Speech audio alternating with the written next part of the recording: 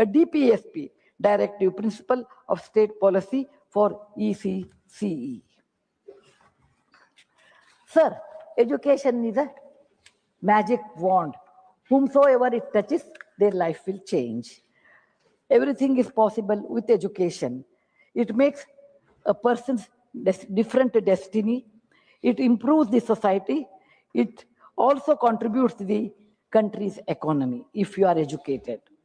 Nobel laureate Dr. James Hackman once said, if you give 1 rupee, invest it in the quality, early childhood education, it will lead 13 times more to the economy of the country.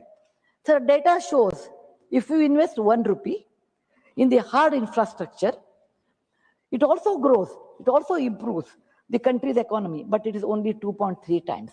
That only shows the importance of early education to our children. In 2018, our Prime Minister Shri Narendra Modi ji revamped and expanded ICDS to Poshan 1.0. This was the most important work because it started initiating the digitalization of the Poshan tracker. This enabled monitoring and strengthening of Anganwadi worker center service. It was a massive work. It was not easy because our country is large. It was launched started in 2018, but it was completed, application was completed in 2021. I want to congratulate the Ministry of Women and Children Department for their hard work, which has been a great success. In 2001, Poshan 1.0 was further revamped, and it was called Mission Saksham Anganwadi and Poshan 2.0 for integrated, holistic development of the child and nutrition. It has 2 divisions. One is Saksham Anganwadi, which gave more important to infra development, and Poshan 2.0, providing to take home rations to lactating mothers, pregnant women, and children between the age of 0 to 3. It also gave healthy snacks, healthy lunch.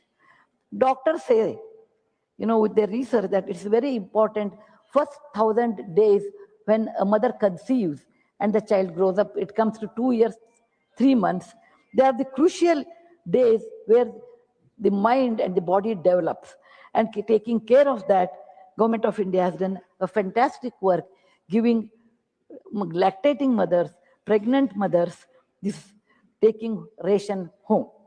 In 2023, Government of India came with a new campaign, PB, Poshan Bhi or Padai Bhi, which is a very beautiful line actually, which gives a uniform training to all Anganwadi workers all over India, and this scheme is valid for 2023 to 26. Until that, every state used to have their own scheme. Some people will hire an NGO, some people have their own way of tackling the problems. Now there is a steady, systematic Anganwadi worker training. In 2024, Ministry of Women and Child Development introduced 2 curriculums. One is Navachetana for 0 to 3 years. Other one is Adarsh Chila between 3 and 6 years. This curriculum provided Anganwadi workers to monitor the development of a child, organize preschool activities, and many more things. Sir, I want to give some analysis of the importance of ECCE. NEP 2020 notes that it is important that children receive good education between 3 to 8 years. During that period, children's cognitive, motor, socio-emotional skills will develop very well. NEP 2020 also tells that it is between up to age 6, your brain, 85% of your brain will develop. Sir, let us now look at some numbers. According to the statistics, in 2021 estimation, there are 16.1 crore children between the age of 0 to 6 years. That means it is 11% of our population. Sir, our portion or portion tracker notes that there are 3.5 crore children, but the age, between the age gap of 3 to 6 years attend Anganwadi centers. Additionally, there are 4 more crore children who are benefited by these schemes. There are a few well-off people in our country. Their children will go to private schools, and I'm not talking about that. I'm standing here on the behalf of all those remaining children here, sir. Where do they go? When it is a 16.1 crore and 3.5 crore plus 4 crore negligible well-off people who will go to school, where are the remaining children? Where will they go? They don't come to Anganwadi, then where will they go? Probably they are going. They may be rowing on the dusty roads in the rural area. Or they may be accompanying their parents in a dangerous working places like railway tracks, etc. Or they may be playing somewhere without any supervision. And I care for those children. I stand here, sir. As Anganwadi education is not compulsory, these children are always neglected because the method is, the rule is 6 to 14. So nobody bothers between 3 to 6. There are many reasons for that. Number one, parents are normally, these are the people who are not well off, who are working. They're not even aware of the importance of Anganwadi education between 3 to 6, where your brain develops, where you get nutritional food, where you have preschool activities. They're not even aware of it. Second one, they may not even have a time to think about it because they're so busy in making both ends meet for their livelihood. They say they don't even think. Number three, anyway, they have an attitude. The child will go to school after sixth age for the standard one. Why worry about it? They are not aware by doing that, it is going to affect the children's future and their capacity. Result of this is very upsetting, sir. Let me take 2 examples. Let me take a girl A and a boy B. I always believe girls are smarter, so let me tell that one. Both of them are brought up in the same atmosphere in a rural area where there's the Anganwadi, and girl A or a girl will go to Anganwadi between 3 to 6. She will learn cognitive skills, motor skills, socio-economic skills. She will learn good hygiene habits. Everything happens to her. Her brain is also developed. The other child who doesn't go from the same area, and both of them at the age of 6 go to school in the first standard. The girl A will have step by step, so she goes to the next step. The boy B is not able to go to step 1, he has to jump to step B. The child which comes to school without any preparation of any of these skills gets scared. These are the hurdles. The child sits at the back bench probably, worrying that what will I do, how will I talk, what the teacher will say. I don't know what is A, or ABCD, whatever language you have. Doesn't know how to count, doesn't have any other skill except that he has played last 3 to 6 years somewhere else. The child gets diffident. The child is worried. Child thinks about his self-esteem and self-worth. The child is scared. This is not for all children. There are many children who directly come to class 6. They also can overcome, but if the child has a great potential. But I'm talking about normal children. Then if the child has to improve, a teacher, a parent, or the child, or all 3 of them should consult, then it is possible to overcome this hurdle. Many a times it is not possible. So the child carries this of scared of learning, going to school, the joy of learning, the joy of going to school, because the fundamental is weak. When you build a building and your base is not good, the building will collapse. So the same thing will happen to the children who do not have a good base, and that means a mental base. So this dark mark will remain with the child even when he or she goes, other classes. The results are really difficult. The child will not enjoy his education. Sir, children are our future. They are rising sun. Their early education should benefit to their life. Hence, I request through you, sir, to our government to consider amending our constitution to give Fundamental right to education from year 6 to 14 years to 3 to 14 years. Just increase 3 more years, but fundamental years, not later years, so that children can stand up in life with a good base and good skill. Sir, let us look at some opportunities in case it has been amended. Number one, the female labor force participation will increase because of the more Anganwadi workers and Anganwadi helpers in Anganwadi centers. Second, the family of children will producing, the family of children who are going to work, their productivity is very high because they're not worried about where the children will be at that time. The most important thing is the early detection of disabilities. Suppose the child goes to Anganwadi, there's a screening method. There you will come to know the child is, in speech or in hear or in either malfunctioning is happening. Early screening helps them their future because they can get corrected in an early stage. We always say when the sapling cannot, you can bend a sapling when it is very small, young, in any direction. Once it becomes a tree, it's very difficult to move.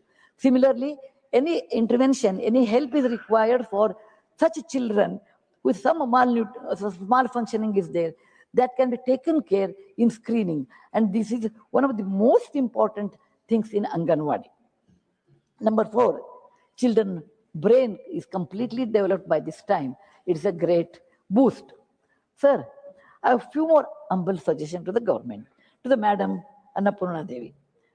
We must have a large-scale awareness for this 3 to 6 year education. The beautiful campaign which caught my eye was Beti Bachao, Beti Padhao. Similar kind of a campaign is required for children between age 3 to 6 to go to Anganwadi. The government can consider, state government can consider to rope CSR funds from industries. Sir, every company has CSR mandatory, which is 2%. And second thing is, there are certain rules are there, which the schemes come under CSR. Some schemes do not come under CSR. I would request ma'am to think over it. Anganwadi improvement scheme, you should put it in CSR, you should list in CSR so that industry can also participate in this. Normally, Anganwadi workers feel this title, sir. When I work with Anganwadi workers, they always say, we don't like to be called Anganwadi workers. I said, why? No, we like the word Asha. Asha looks nice. Maybe in that atmosphere, the word Asha has a lot more Asha. Whereas Anganwadi is like, they think, oh, you are like anybody else, I want some other name. So there are many names, sir, but I have one suggestion. Decision is ultimately government. Deepa. Deepa. This is the word which is a light. A light is light is synonymous with knowledge.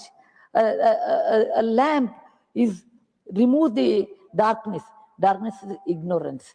Deepa is a word which is valid from north to south and east to west. Everybody understands the meaning of Deepa is the same Deepa.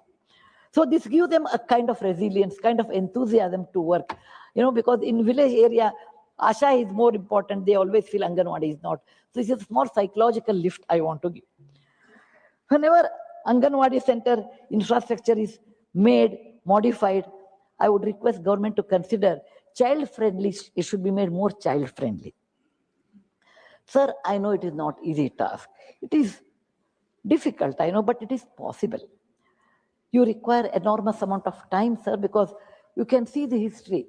Vajpayee ji took a step in 2002, but in 2009, it was the RTE or right of education, right to education was implemented.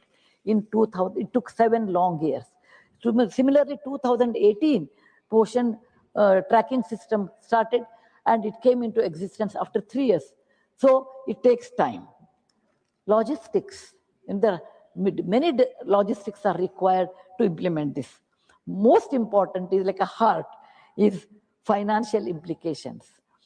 Though it is a lot of investment and it has a lot of thinking on financial implications. 4, India is a large country with a large population.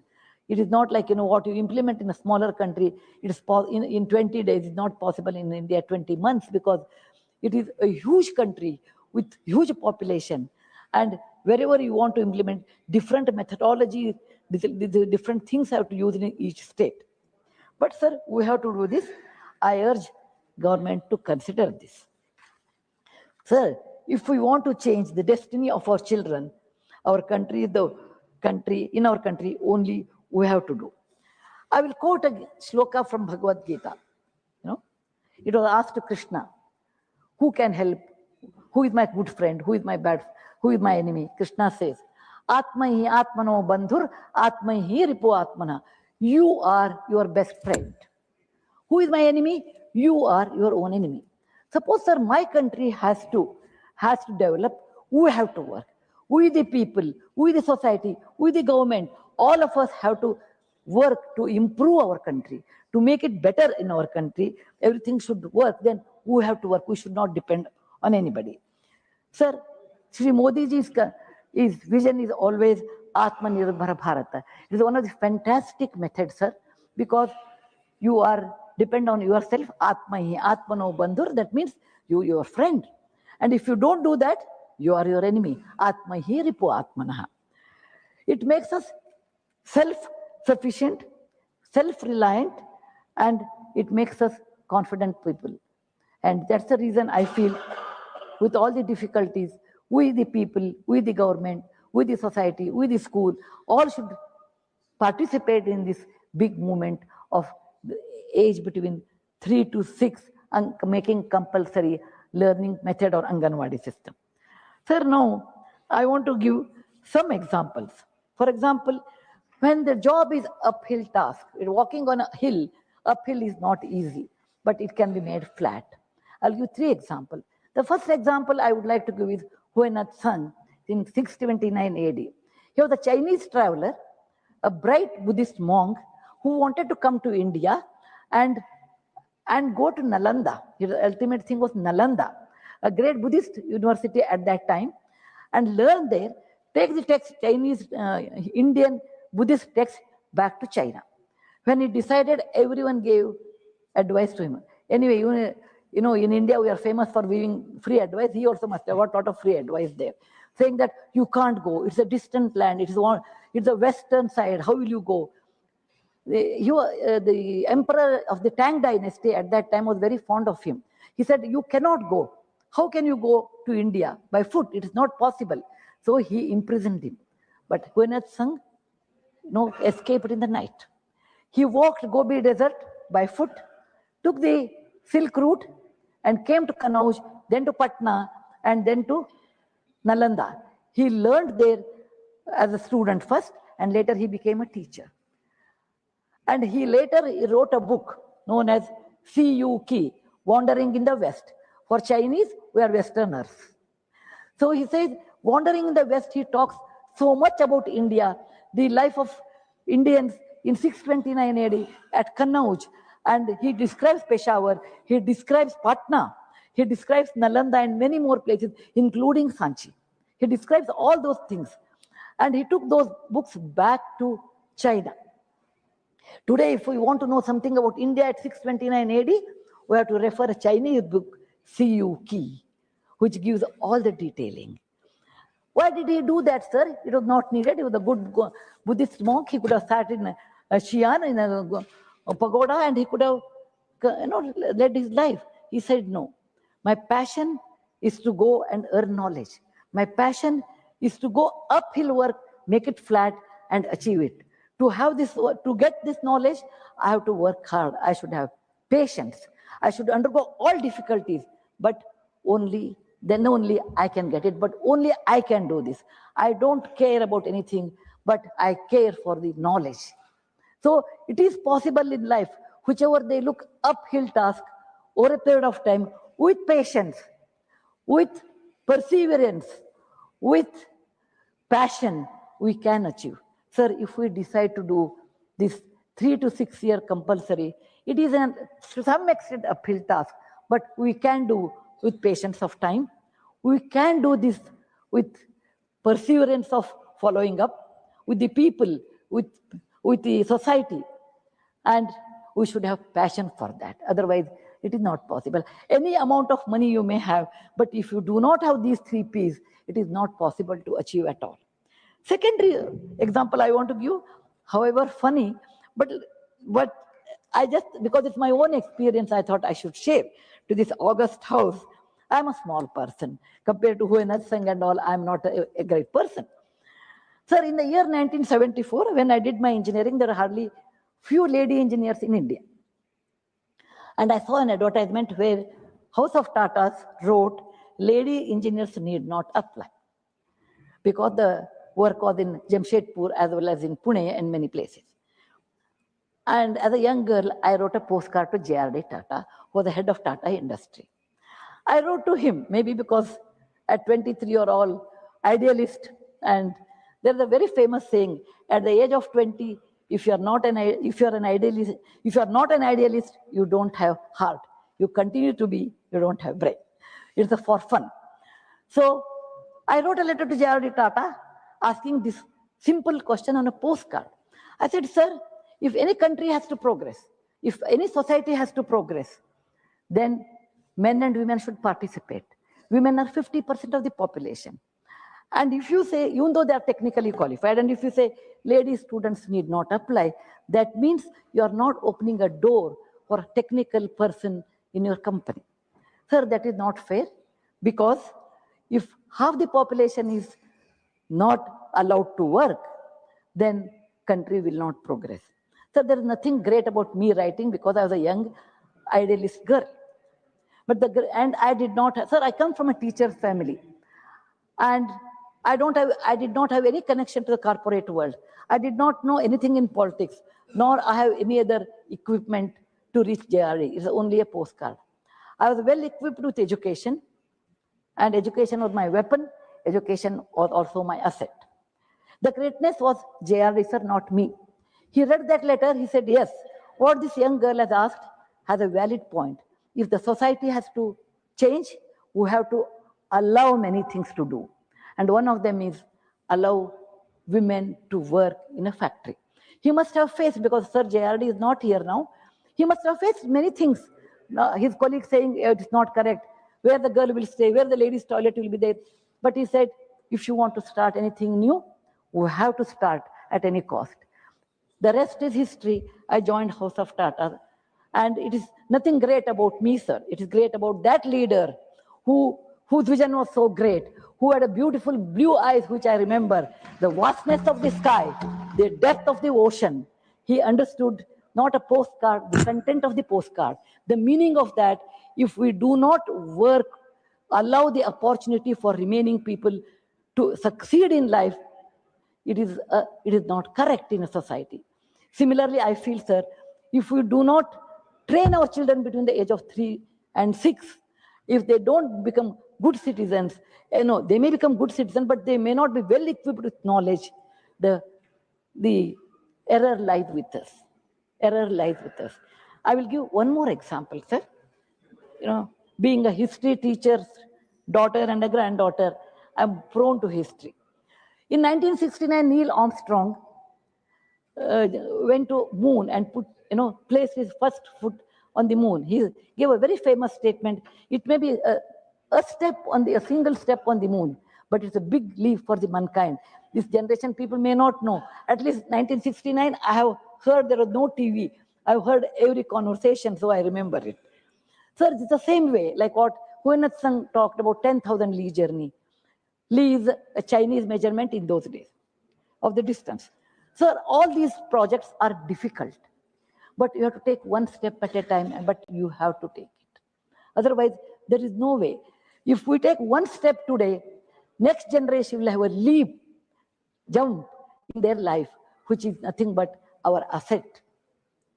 I will give one more example, sir. In 1815, there was a young person by the name Prince Bismarck of Germany. His early childhood educator was his mother. Maybe 0 to 3 or 3 to 6, what she taught him. Beta, you should do the following things. She told him, keep personal hygiene very good. respect time, keep house clean, go for detailing,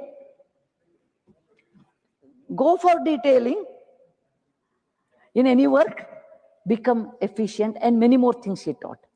He learned that, and it became a part of his life.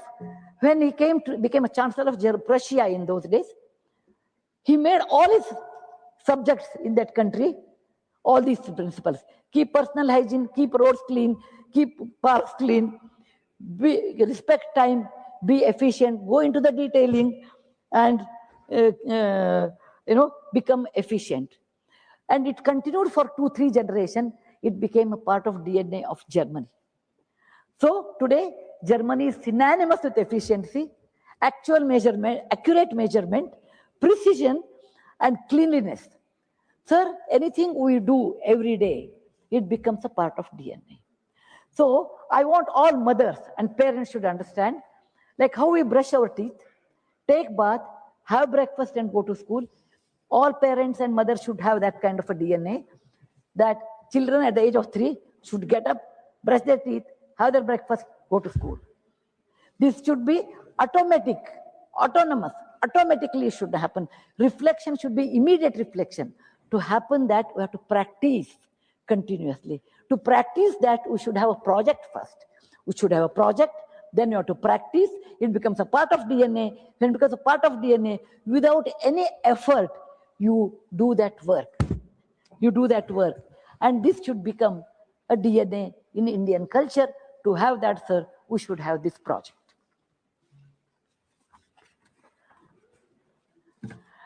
My submission to the government through you, sir, is to please consider this request seriously.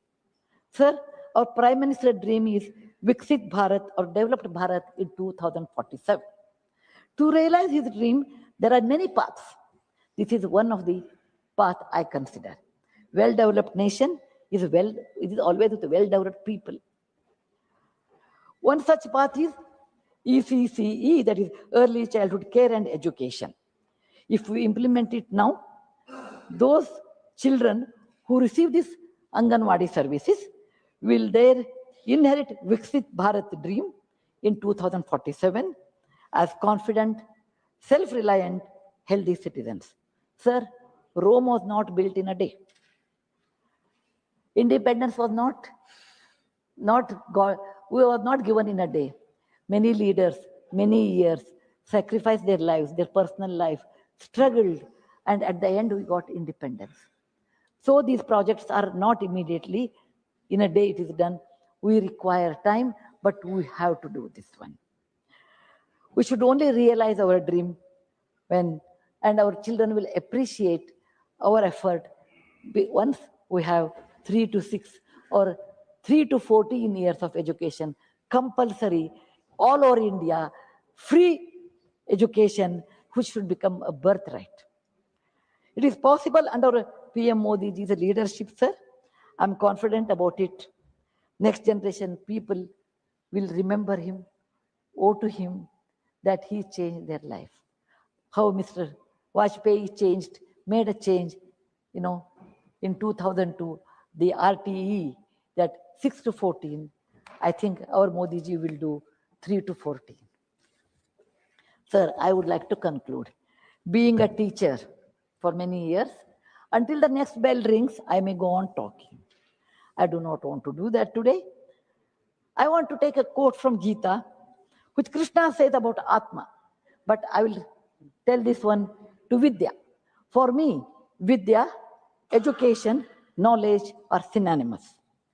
This is a beautiful shloka. He says, Nainam chandanti shastrani, nainam dahati pavakaha, na chainam kledayan apo, na sheshayuti marutaha. He says to Atma, but I will tell, if you learn some skill, you learn your education in a proper way, you master Vidya. When you master Vidya, no thief can come and steal it. It need not be kept in a Godrej locker. Nobody can cut it into pieces. It remains solid in your heart. It cannot be burnt with Agni because it is imperishable. It cannot be drowned in water because it's above the water. No wind can take it to the distant destination because it is heavier than that. Education is that asset. Everybody should owe it. Everybody should have the right on it. Education can change your life forever. Education is something which is not inherited, but to be learned in a proper age, in a proper school, with a proper teacher, with a proper leader, with a proper society, with a proper government. And we have all those things in front of us. I'm really grateful, sir, for your opportunity you have given to me to talk such a long time. And I'm thank all my colleagues for patient hearing. Thanks for giving me this great debate time. And Jai Hind, Vande Matram.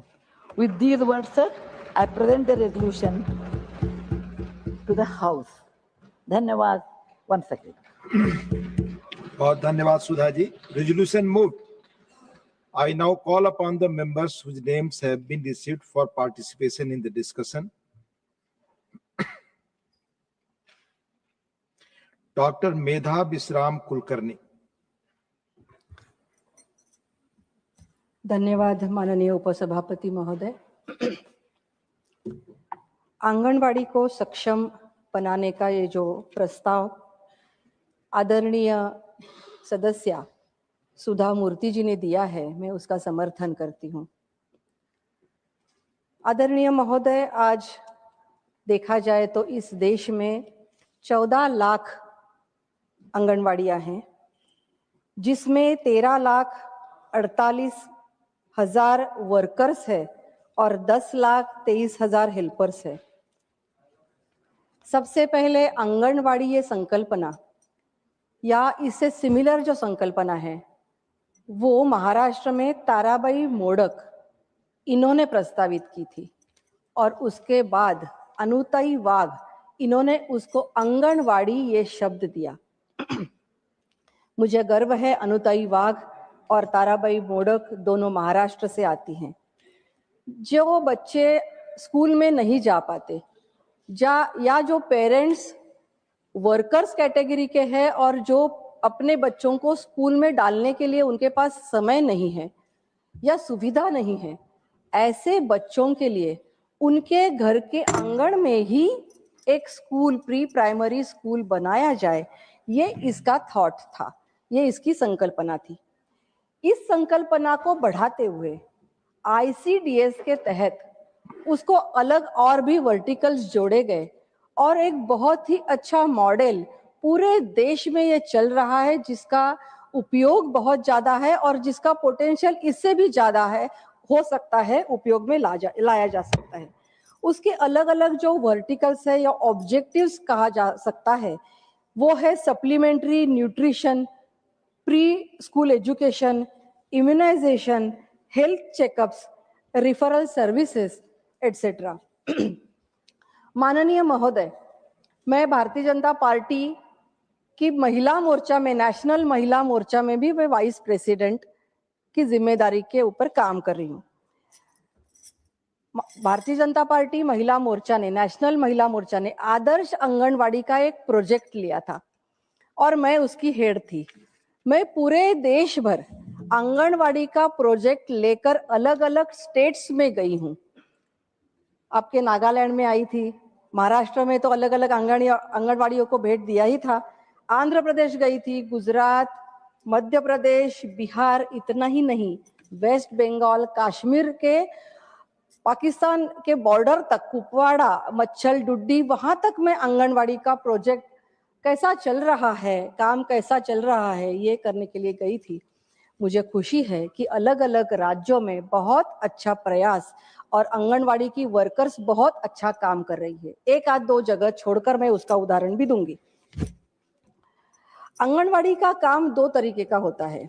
एक तो 4 घंटा आंगनवाड़ी की worker को, जिसको वो खुद को शिक्षिका बोलती है, वो टीचर नहीं होती, लेकिन हम उसको शिक्षिका नहीं बोलते, वो खुद को टीचर बोलती है, शिक्षिका बोलती है. तो आंगनवाड़ी की जो वर्कर होती है वो 4 घंटे, हेल्पर और वो वर्कर 4 घंटे उनको प्री स्कूल में बच्चों को पढ़ाना पड़ता है और उसके बाद 2 घंटे फील्ड वर्क का काम है उनको। ये जो 7-8 घंटे का काम होता है उसके एक्सटेंड भी हो जाता है।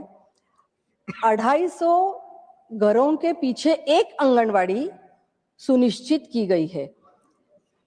मतलब जैसे कि हमारी बूथ यंत्रणा रहती है वैसे उस तरीके से कि 250 घरों के पीछे एक आंगनवाड़ी है और आंगनवाड़ी की टीचर या उसको वर्कर कहा जाता है, वो वर्कर फील्ड में जाके जरूरत क्या क्या है उस फील्ड के हर घर की जानकारी रखती है। शासन सरकार की जो योजना है उसका लाभ हर घर को देती है।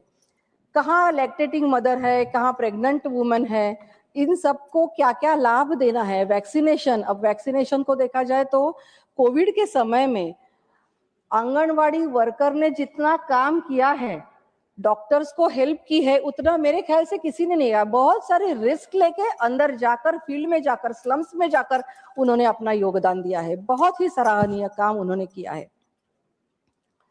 तो फील्ड में उनके लिए बहुत सारे काम होते हैं। माल न्यूट्रिशन के जो बच्चे हैं, माताएं हैं, सुदृढ़ माता, सुदृढ़ बालक, इसका कंपटीशन लेना, सब काम उनको ट्रेनिंग देना, पोषण आहार कैसे अच्छा बनाए उसको माताओं को ट्रेनिंग देना, ये सब का काम वो उनको करना पड़ता है। और 4 घंटे जो बच्चों को पढ़ाना, अभी सुधा दीदी ने कहा कि किस तरह से अलग अलग स्किल्स, ये इनफॉर्मल एजुकेशन होता है, मैं खुद एक टीचर हूँ तो किस तरीके से प्री एजुकेशन होता है वो सबको मालूम है, मैं उसके डीप में नहीं जाऊंगी। लेकिन ये सब स्किल्स पहले उसको आने चाहिए, फिर वो बाद में उसका उपयोग करेगी। तो बहुत सारी समस्याओं को उसको फेस करना पड़ता है।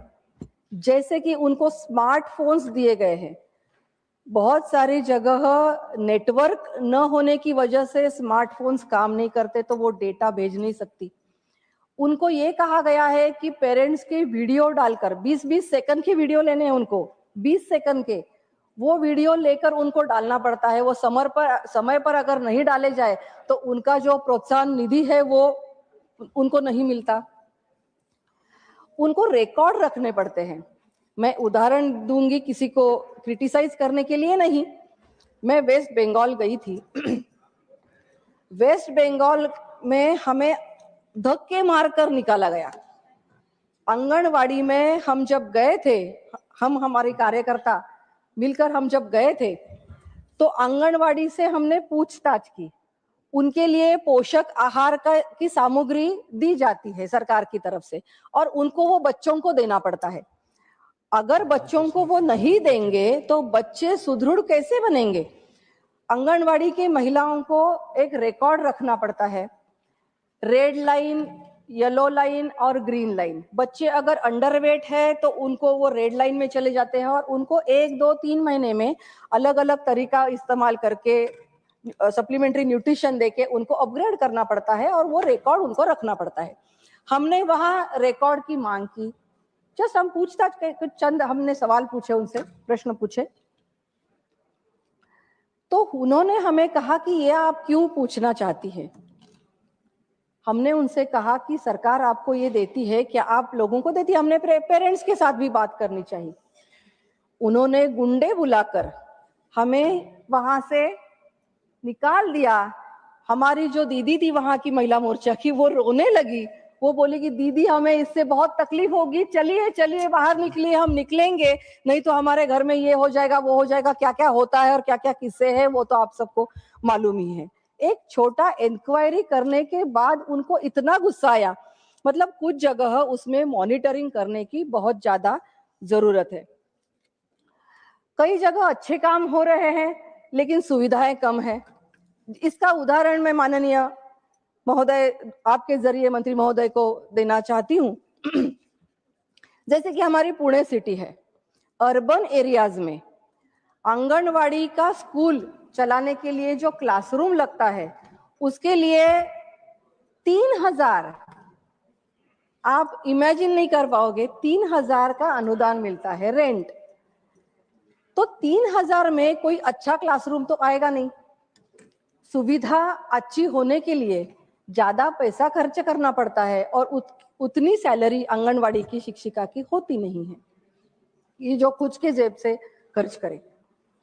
तो प्रॉब्लम यह है कि रूरल एरियाज में 1,500 और अर्बन एरियाज में 3,000 मैक्सिमम रेंट इनको मिलता है। तो अगर टॉयलेट्स, पैंट्री, बाकी सब सुविधा, ऐसी क्लासरूम्स अगर उनको चाहिए तो उनके लिए ज्यादा रेंट देने की आवश्यकता मुझे महसूस हुई। हमें सबको मालूम है कि प्राइमरी स्कूल्स की ताकत कितनी ज्यादा है। 0 से 3 आयु के बच्चे और 3 से 6 आयु के बच्चे साल के, उनके ऊपर हम जितनी मेहनत करेंगे उतना ही रिजल्ट बाद में उनकी शिक्षा में हम ला सकते हैं, क्योंकि 0 to 6 इयर्स बच्चों का ग्रोथ रेट बहुत ज्यादा होता है। लेकिन अगर ये बैंडविड्थ जो है वो हमने अगर मिस कर दी तो आने वाली अगली उनकी शिक्षा जो है उस पर उसका परिणाम अच्छा नहीं होगा। और इस पर अगर हमें फोकस करना है तो आंगनवाड़ी सक्षम करने की, आंगनवाड़ी अच्छी होने की, आंगनवाड़ी में सुविधाओं की पूरी तैयारी होने की बहुत आवश्यकता है। और 3,000 के प्रति माह रेंट में ये हो नहीं सकेगा। आंगनवाड़ी एक ग्रास रूट से जुड़ा हुआ ऐसा प्रकल्प है। उनके ऊपर बहुत ज्यादा जिम्मेदारी होने के बावजूद उनको जो मानधन मिलता है वो मेरे ख्याल से बहुत, कई राज्यों में अच्छा है, कई राज्यों में बहुत कम है। तो राज्यों का अपना कंट्रीब्यूशन उनको बढ़ाना पड़ेगा, क्योंकि वहाँ के लोकल रेसिडेंट्स के लिए आंगनवाड़ी की सुविधा है। तो मुझे लगता है कि सेंट्रल गवर्नमेंट ने उनको इंस्ट्रक्शन देनी चाहिए। सेंट्रल गवर्नमेंट का एक कंट्रीब्यूशन होता है और राज्यों का भी कंट्रीब्यूशन होता है, लेकिन कई राज्यों में ये कंट्रीब्यूशन बहुत ही कम है। तो मिनिमम सैलरी कितनी होनी चाहिए उसका कुछ आंकड़ा तय किया जाए और उसके ऊपर काम किया जाए। आंगनवाड़ी की सेविका जहाँ रहती है वहां से निकलकर उसको वहां आंगनवाड़ी तक पहुंचने के लिए बहुत ज्यादा समय भी जाता है, बहुत ज्यादा उनका खर्चा भी होता है। तो 10,000, 11,000, 13,000 की सैलरी में अलग अलग जगह अलग अलग सैलरी है, कई जगह अच्छी सैलरी है 20,000 वगैरह हो सकती है। तो मेरे ख्याल से अच्छी सैलरी उनको मिलनी चाहिए। उनको ज्यादा जिम्मेदारियां हम और भी ज्यादा दे सकते हैं, क्योंकि वो 250 घरों में रोज जाती है, तो उसको अलग अलग और भी जिम्मेदारियां हम दे सकते हैं। जैसे कि मातृ वंदना योजना उनके इसमें है ही, जिम्मेदारी के इसमें है, कक्षा में है। उसके अलावा वैक्सीनेशन है और भी है, और भी ज्यादा जिम्मेदारियां उनको हम दे सकते हैं और ज्यादा सैलरी भी हम दे सकते हैं। क्या ऐसा मॉडल हम ला सकते हैं? इस पर विचार करना चाहिए। पुणे जैसे एरिया में एक प्रयास किया जा रहा है कि पुणे म्युनिसिपल कॉरपोरेशंस के जो स्कूल्स है, स्कूल में इंफ्रास्ट्रक्चर अच्छा होता है, उससे आंगनवाड़ी को जोड़ा जाए। तो इस प्रयास का भी बाकी जगह अनुकरण अगर हो सकता है तो अच्छा इंफ्रास्ट्रक्चर वाला क्लासरूम हर आंगनवाड़ी को मिल सकता है। जेडपी के स्कूल्स है, म्युनिसिपल कॉरपोरेशंस के, नगर पालिका के स्कूल्स है, तो इनके साथ आंगनवाड़ी को जोड़ा जा सकता है। मुझे मालूम है कि आंगनवाड़ी महिला बाल विकास के अंतर्गत आती है। Members I will request please, आवाज आती है प्लीज। यस। और ये एजुकेशन से संबंधित सब्जेक्ट है, लेकिन दोनों सब्जेक्ट जोड़कर, क्योंकि ये आंगनवाड़ी जो है वो प्री एजुकेशन के लिए काम करती है और न्यू एजुकेशन पॉलिसी में आंगनवाड़ी को बहुत last sentence new education policy में प्री प्राइमरी एजुकेशन को प्राइमरी एजुकेशन से जोड़ा गया है। तो इसलिए ये दोनों डिपार्टमेंट्स जोड़कर कुछ ऐसा मॉडल सामने ला सकते हैं जिससे आंगनवाड़ी सुदृढ़ हो और प्री प्राइमरी एजुकेशन और बाकी योजनाओं का ही लाभ हो। हमारे आदरणीय प्रधानमंत्री जी महिलाओं के लिए और बच्चों के लिए, बालकों के लिए, उनकी शिक्षा के लिए, उनकी सुदृढ़ता के लिए बहुत अच्छे उपाय कर रहे हैं। आंगनवाड़ी को सक्षम करके हम इस प्रयास में और भी ज्यादा इफेक्टिव उसको बना सकते हैं। और हमारा जो पॉपुलेशन है, बहुत ज़्यादा पॉपुलेशन होने वाला अपना देश है और अपना देश युवा देश करके जाना जा रहा है। तो ये आने वाले युवा एसेट होंगे या लायबिलिटी बनेंगे, ये शिक्षा के ऊपर निर्भर है। इसलिए मुझे ये रिक्वेस्ट करनी है कि आंगनवाड़ी को सक्षम बनाया जाने की आवश्यकता है। मुझे आपने बोलने का अवसर दिया, मैं आपको धन्यवाद ज्ञापित करती हूँ। बहुत धन्यवाद doctor Medha ji. Honourable P Wilson ji. Thank you, Deputy Chairman, sir. I welcome the private member resolution to amend Article 21 and introduce Article 21B, guaranteeing free and compulsory early childhood care and education between 3 to 6 years, and all children receive equitable and holistic early childhood support.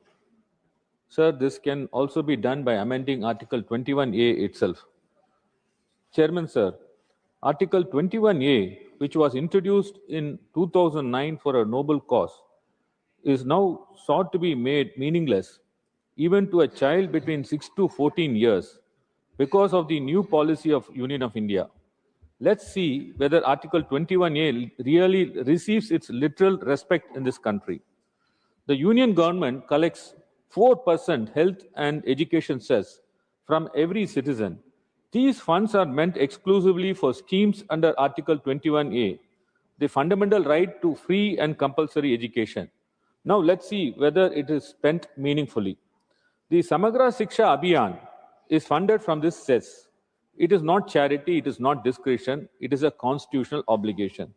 But instead of honoring that obligation, the Union government has chosen to punish the state of Tamil Nadu by withholding 3,548.22 crores of Samagra Shiksha Abhiyan funds that directly belong to the children of this country. On what basis, sir? Because our state refuses to accept a non-binding national education policy, a policy that never been placed before the parliament for legislative scrutiny. Will this policy bind state of Tamil Nadu, which has a law to teach only 2 languages in our state? Is this how cooperative federalism is supposed to function? Is dissent from a state government now a reason for the union to financially strangle school education and deny fundamental rights to children? Sir, because of this arbitrary and vindictive withholding of funds, 44 lakh students, 2.2 lakhs of teachers are being directly affected in Tamil Nadu. It is completely unacceptable in a union of states. Chairman, sir, there is another pathetic situation of wherein 98 lakhs teachers are going to lose jobs in this country within 2 years, thus have a direct effect of Article 21A of the Constitution. Chairman, sir, the interpretation of RTE Act and NCT Act by the courts mandates that all in-service teachers of minority schools who have never written the teacher's eligibility test must now pass that test within 2 years, failing which they will lose their jobs within 2 years. The right of children to free and compulsory education of 2009 Act, shortly called as RT Act, is applied retrospectively to all teachers in this country to qualify teachers' eligibility test. Even teachers with less than 5 years of service remaining have been stripped of the promotion if they don't qualify in TET. Such alteration of service condition and disruption of the legitimate expectation of promotion after appointment certainly violates their rights. Sir, in Tamil Nadu alone, 4 lakhs teachers will be losing their jobs. Across India, 98 lakhs teachers are going to affected and will be losing the jobs. Therefore, Article 21A is under great threats and schools will have no experienced teachers after 2 years. These teachers who are going to lose their jobs were fully qualified, legitimately recruited, and professionally competent under the statute rules that existed at the time of appointment. They began their service long before the teacher's eligibility test was introduced in 2009. They entered services with the legitimate expectation of career progression based on the rules then in force. And what is worse, sir, is that the NCT notification dated 23/8/2010 issued under the RT Act explicitly protected all pre-2010 teachers.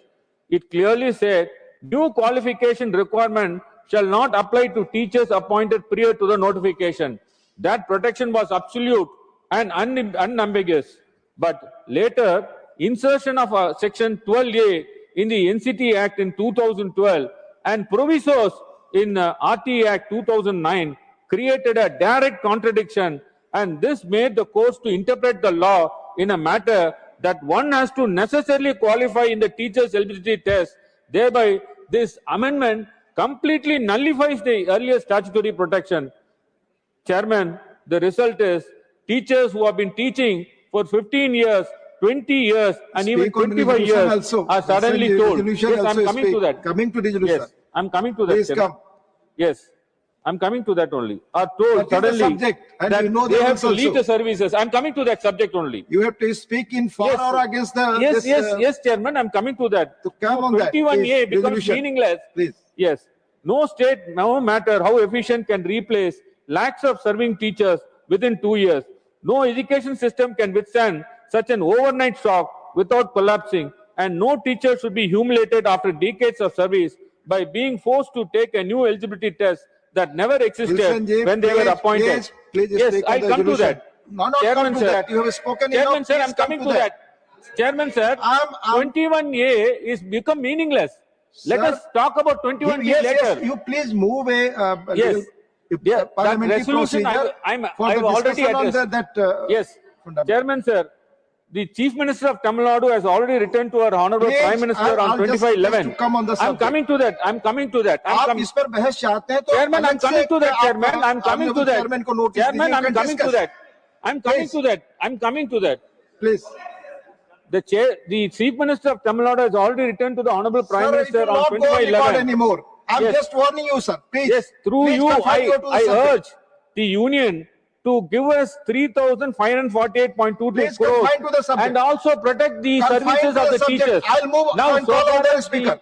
So far as the resolution is Please. concerned, Chairman sir, so far as the resolution is concerned, the You are right to supposed to free talk and on compulsory resolution education, Chairman sir, please. education cannot stop with 3 to 6 years students, age students. It has to be seen from 6 to 12 years, because 21A is a valuable right, Chairman sir. This RT Act was brought in 2009 to see that all children in India gets the education, and that is why this 21A was brought in. What I wanted to point out is that 21A is become meaningless today because of the attitude of the union government. No doubt, so we have to appreciate. On this. No doubt, we have to appreciate. Yes, she is bringing that new amendment, and the constitution has to be amended accordingly. But if you see, this compulsory education cannot be confined to elementary levels alone. It must be progressively extended to cover all students up to class 12, ensuring continuity, equity, and universal access to quality schooling. Expanding this constitutional guarantee is essential not only for strengthening our human capital, but also for upholding the spirit of social justice and preparing the next generation to meet the challenges of a modern knowledge economy. I conclude. I therefore urge the union government to act decisively and initiate the process of including Article 21A and 21B to make free education up to 12th standard as a constitutional right. Thank you, Chairman, sir. Thank you. Susri Swati Maliwal ji. Thank you, Chairman, sir. Sir, I'm thankful to Sudha Murthy ma'am, a brilliant educationist, for raising such an important issue, and I fully endorse her demand. Sir, this is an issue that will define the quality of India's future. If we strengthen the first 6 years of a child's life, we strengthen the next 60 years of our nation. So research shows that 85% of the brain is developed until the age of 6 years. इसलिए दुनिया के सबसे developed देश Japan, Finland, south Korea सबसे ज्यादा investment बचपन पर करते हैं. Sir, Japan's preschools are famous for raising emotionally strong, socially responsible, and extremely independent children by the age of 6. वहां 3 साल की उम्र के बच्चे खुद अपना काम करते हैं, क्लासरूम में उनसे रोज सफाई करवाई जाती है, यहां तक कि खाना तक उनको सेफली खुद बनाना सिखाया जाता है। Sir this is not punishment, it is character education. इससे बच्चों में सर शुरू से इंडिपेंडेंस और कलेक्टिव रिस्पॉन्सिबिलिटी की फीलिंग आती है। सर ये सोच टूट जाती है कि मेरी गंदगी कोई और साफ करेगा। सर इन कंट्रीज में प्ले बेस्ड लर्निंग पे फोकस रहता है। This builds curiosity, emotional health and love for learning. Sir वहां टीचर का रोल कोई बॉस की तरह नहीं होता, बल्कि गाइड और दोस्त की तरह होता है। सर आज इंडिया के पास वर्ल्ड का लार्जेस्ट अर्ली एजुकेशन सिस्टम है, पर quality gap is huge. Sir हमारे देश में 13.9 लाख आंगनवाड़ी सेंटर्स हैं। ये नंबर बहुत बड़ा है, पर 50% आंगनवाड़ी की अपनी बिल्डिंग तक नहीं है। 27% आंगनवाड़ी में फंक्शनल टॉयलेट्स नहीं है। 47% में पाइप्ड वाटर कनेक्शन नहीं है। और सर लगभग 10% सेंटर्स सिंगल वर्कर मॉडल पे चल रहे हैं। मतलब एक ही दीदी है, वही दीदी टीचिंग भी करती है, रिकॉर्ड कीपिंग भी करती है, कुकिंग भी करती है, सब करती हैं। And she is the most underpaid in our system. Sir, according to NFHS, about 49% of children enrolled in Anganwadi were not attending the preschool services. Sir, इसी वजह से आज प्राइवेट प्ले स्कूल्स हर गली, हर मोहल्ले, हर कॉलोनी में खुल गए। सर उनका मार्केट 25,000 करोड़ रुपए क्रॉस कर चुका है। सर फीस 30,000 से 2 लाख रुपए तक है। मिडिल क्लास तो जैसे तैसे करके अपने बच्चों को प्राइवेट स्कूल्स में पढ़ा रहे हैं, पर भारत का गरीब प्राइवेट प्ले स्कूल अफोर्ड ही नहीं कर सकता, वो आंगनवाड़ी पर ही डिपेंडेंट है। सर इसीलिए आंगनवाड़ी का सुधार ऑप्शनल नहीं है, it is an imperative thing for the nation. Sir हमारे करिकुलम की भी ओवरहॉलिंग की बहुत ज्यादा आवश्यकता है। सर हम आज भी कॉलोनियल माइंडसेट वाला करिकुलम चला रहे हैं। हम अभी भी ब्रिटिश एरा का रेक्टाफिकेशन और क्लेरिकल स्टाइल सिलेबस पढ़ाते हैं। सर वो जमाना अलग था, उन्हें स्लेव्स चाहिए थे, हमें क्रिएटर्स चाहिए, उनको एम्प्लॉयज चाहिए थे, हमें एम्प्लॉयमेंट जनरेटर्स चाहिए। New India can not run on old education models. Leadership, communication, creativity, problem solving, sir ये सब क्वालिटीज बचपन से डेवलप होती हैं, 12वीं कक्षा के बाद नहीं। Also sir future is in skills. Skills must start early.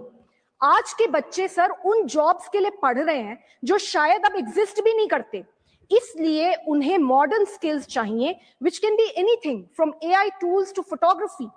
Sir किसी शायर ने कहा है, लिख लिख के पढ़ा हथेली पे अल्फा बीटा गामा का छाला, कॉन्सेंट्रेटेड H2SO4 ने पूरा बचपन जला डाला। Sir high time we move from rote based learning to creative and fun methods and make our children future ready and emotionally intelligent. Further, sir, as a country, our focus on fitness, nutrition, sports, mental health is extremely minimal. Sports must become a national movement, and that does not include simply watching cricket. हमारे schools में sir sports को free time की तरह treat किया जाता है, पर sir sports discipline है, टीम वर्क सिखाता है, कॉन्फिडेंस बढ़ाता है, हेल्दी बनाता है, और सबसे इंपॉर्टेंट स्पोर्ट्स बच्चों को सर नशे से दूर करता है। सर हमारे बच्चों को एक्सप्लोर करने के मौके देने होंगे। जरूरी नहीं है कि जो पढ़ाई में अव्वल है वही सक्सेसफुल है। हर बच्चा एक शाइनिंग टैलेंट लेकर आता है, कोई कैमरा में, कोई कंप्यूटर में, कोई स्पोर्ट्स में, कोई म्यूजिक में।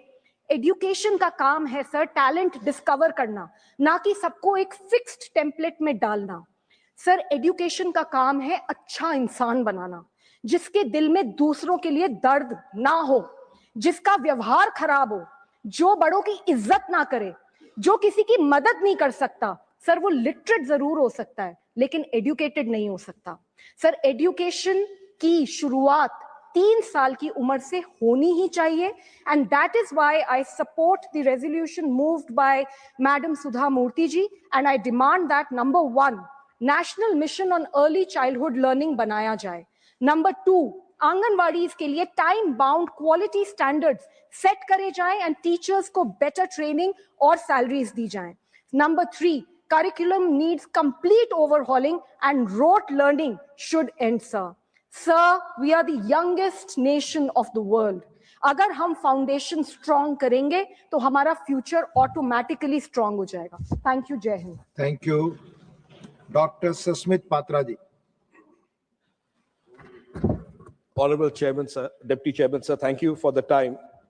And I'll seek your indulgence for 1 or 2 minutes extra today, being a private member's resolution. Honorable Deputy Chairman, sir, I rise today with a profound sense of constitutional responsibility, and I wholeheartedly support the resolution brought by Srimati Sudha Murthy ji, primarily because now is the time to articulate it strongly. And what we started in 1950, we renewed in 1976 with the 42nd Amendment, strengthened it with the 86th Amendment in 2002. We are trying to re-articulate it today through this resolution. So I thank Srimati Sudha Murthy ji for bringing it forward. There are 3 specific aspects, and within a limited time, I'll try to cover it. Firstly, the need for introducing a new Article 21B guaranteeing free and compulsory ECCE, early childhood care and education, including nutrition, health services, and pre-primary learning for every child from 3 years to 6 years. Second, universal access to care and education through Anganwadi services and other mechanisms. And third, to enhance the quality of delivery, training, and support. I support all the 3 operative paras of this resolution. This resolution also has got the preambular paras. I'm not referring to them because that, in a way, buttresses the argument for the operative paras. So these 3 operative paras being there, and the lack of time, I'll focus on only these 3 operative paras. Let me start with the basic foundation of our Constitution and why early childhood care and education is referred to. Let's start with Article 21, Honorable Deputy Chairman, sir, the right to life. And the Supreme Court over the decades has expanded the right to life in Article 21 to encompass many such areas of life and liberty. If we were to go back to Francis Corellia Mullen versus the Administrator of Union of Territory of Delhi 1981, or Bandhua Mukti Morcha versus Union of India, we would see jurisprudence which actually states why the right to life and liberty is held so precious. And whether it's privacy, whether it's education, whether it is health, each and every aspect, including clean air, comes under the Article 21, right to life and liberty. And that is what Srimati Sudha Murthy ji is trying to expand on today through this resolution. I'll come to a specific aspect of Article 45 of the Constitution. Article 45, as amended by the 86th Constitutional Amendment, directs the state to provide early childhood care and education for all children until they complete the age of 6 years. This is not a suggestion. This is a constitutional direction. And towards that end of Article 45, Srimati Sudha Murthy ji is trying to drive the conversation today. Let me come to the jurisprudence of education and development. Where is the jurisprudence coming from? Mohini Jain versus State of Karnataka, 1992. Unikrishnan JP versus State of Andhra Pradesh, 1993. Both these landmark judgments have actually led to the Supreme Court that held the right to education, including the right to free education for children up to 14 years. This was before Article 21A existed. We are talking about 21B today, but before 21A came, the precursors of jurisprudence that flowed from the courts actually energized the parliament to go forward and think about 21A. So what did the parliament do in return, in response to these specific jurisprudence arising out of the Supreme Court? It passed the 86th Amendment and codified the right to education under Article 21A. Today, we are standing at an identical moment in history. The court has repeatedly interpreted Article 21 to include components of early childhood development. Now the parliament must take a step, as was seen in 1993 jurisprudence, to consider the inclusion of Article 21B to further strengthen what this resolution wants to bring about on ECCE. I would like us to consider for a moment the right to food. People's Union for Civil Liberties versus Union of India, 2001 and onwards, where the Supreme Court said that every child is entitled to supplementary nutrition, Anganwadi centers must be established in every habitation, and children between 0 and 6 years must receive nutrition and preschool education through ICDS. So this is how we have moved forward. I come to the second aspect of it. In the paucity of time, I'll keep moving quickly. I'll come towards the statutory and policy structures that support this resolution and try to buttress the statutory and policy structures that will help this resolution come true through Article 21B inclusion. First, the Right of Children to Free and Compulsory Education Act of 2009. Second, the National Food Security Act of 2013. Third, the Juvenile Justice Care and Protection of Children's Act 2015. If we were to look at all of these three, along with the National Education Policy of 2020, we would realize whether it's food, it's education, it's primary health care, children's development, all of them have already been taken care of through several laws and jurisprudence over the last 50, 70 years of our democracy. And that is why the idea of 21A came forward. Another 2 minutes. Please have. So the national education, I come to now to the NEP. The National Education Policy of 2020 declares early childhood care and education to be a national priority. This is what the resolution is also about, to use ECCE as the national priority and commits the country to achieving universal ECCE by 2030. So we have created a target for ourselves. And if this resolution passes through Article 21B, then that will further give us energy to go forward. I come to the National Curriculum Framework for the Foundational Stage 2022, which is part of the policy as well. It provides a pedagogical roadmap about how we have to go forward for people, for the children from the ages of 3 to 8. It's not that we do not have frameworks. We have them, but we have to energize them. I will not talk of the international obligations. I understand the time is over. Convention on the Rights of Children of 1989, Sustainable Development Goals, etc., etc. I'll come to the last 3 operative points. 1, the constitutional right to Article 21B. 2, universal access to strengthen Anganwadi. And 3, the supported system. The last 30 seconds. Let us adopt this resolution with conviction. Let us make Article 21B a reality. Let us strengthen the Anganwadi system and all mechanisms of early care. Let us equip our educators and caregivers with skills, dignity, and resources they deserve. And above all, Honorable Vice Chairperson, ma'am, let us honor the children of India, the silent citizens of our democracy, the sovereigns of our future. With these words, I support the resolution brought by Srimati Sudha Murthy ji, and I hope it passes through. I thank you. Honorable Member, Dr. John Bittas. Thank you, ma'am. Hope the chair would be magnanimous like it was to Sasmit. I feel that I'm honored to speak on a resolution moved by Sudhaji. Her insightful, philosophical words have given a direction to us. Though I have certain reservations when she tried to compliment the government for what they're doing.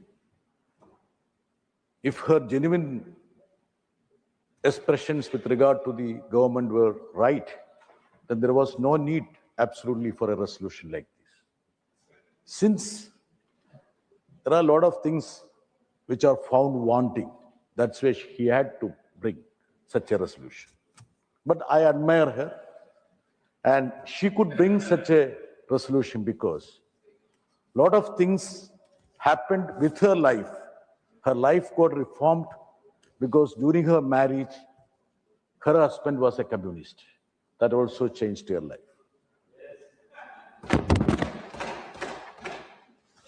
Ma'am, you know that the best way to predict the future is to create the future. The best way to predict the future is to create it. And you know that all big ideas were simple. I would say that Simple thing is that you give education to the people, empower them, that will change them. I fully subscribe to her. Ma'am, you will appreciate that one state which invested heavily in education and health, that is Kerala.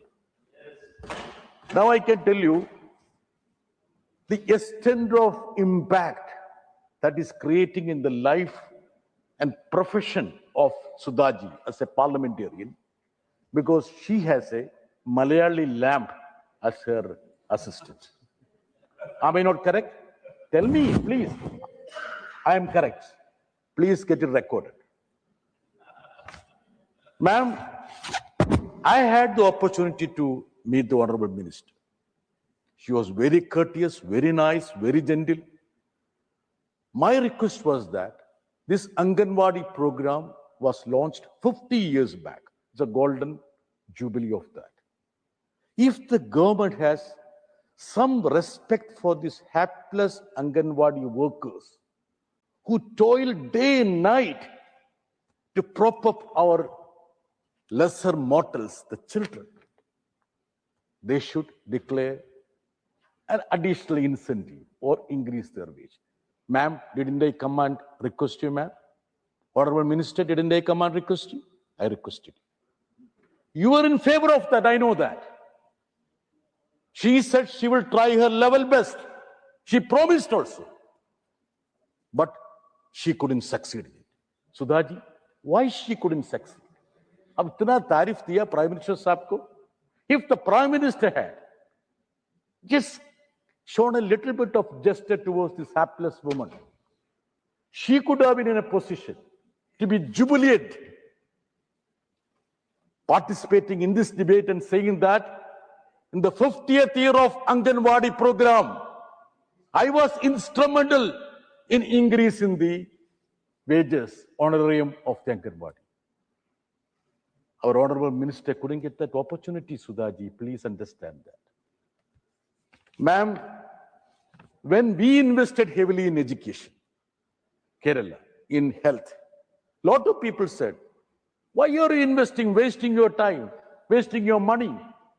You should start some factories. That was the request, advice given to us by many. We said, no, we have to emancipate the people. Please conclude. Madam, what is this? I have just started only. Now, you gave some 5 minutes extra, and if you want me to speak, I'll speak. If you want me to sit down, I'll sit. This is a private member day. We are free to talk. Now, you know one thing.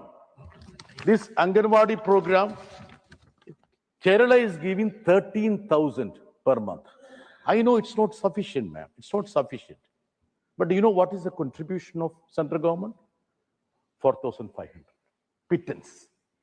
Pittance. The increase they did was in 2018. After that, nothing was done. All these schemes started as central schemes. None of the state government told them, please start this scheme. It was at the behest of their initiative.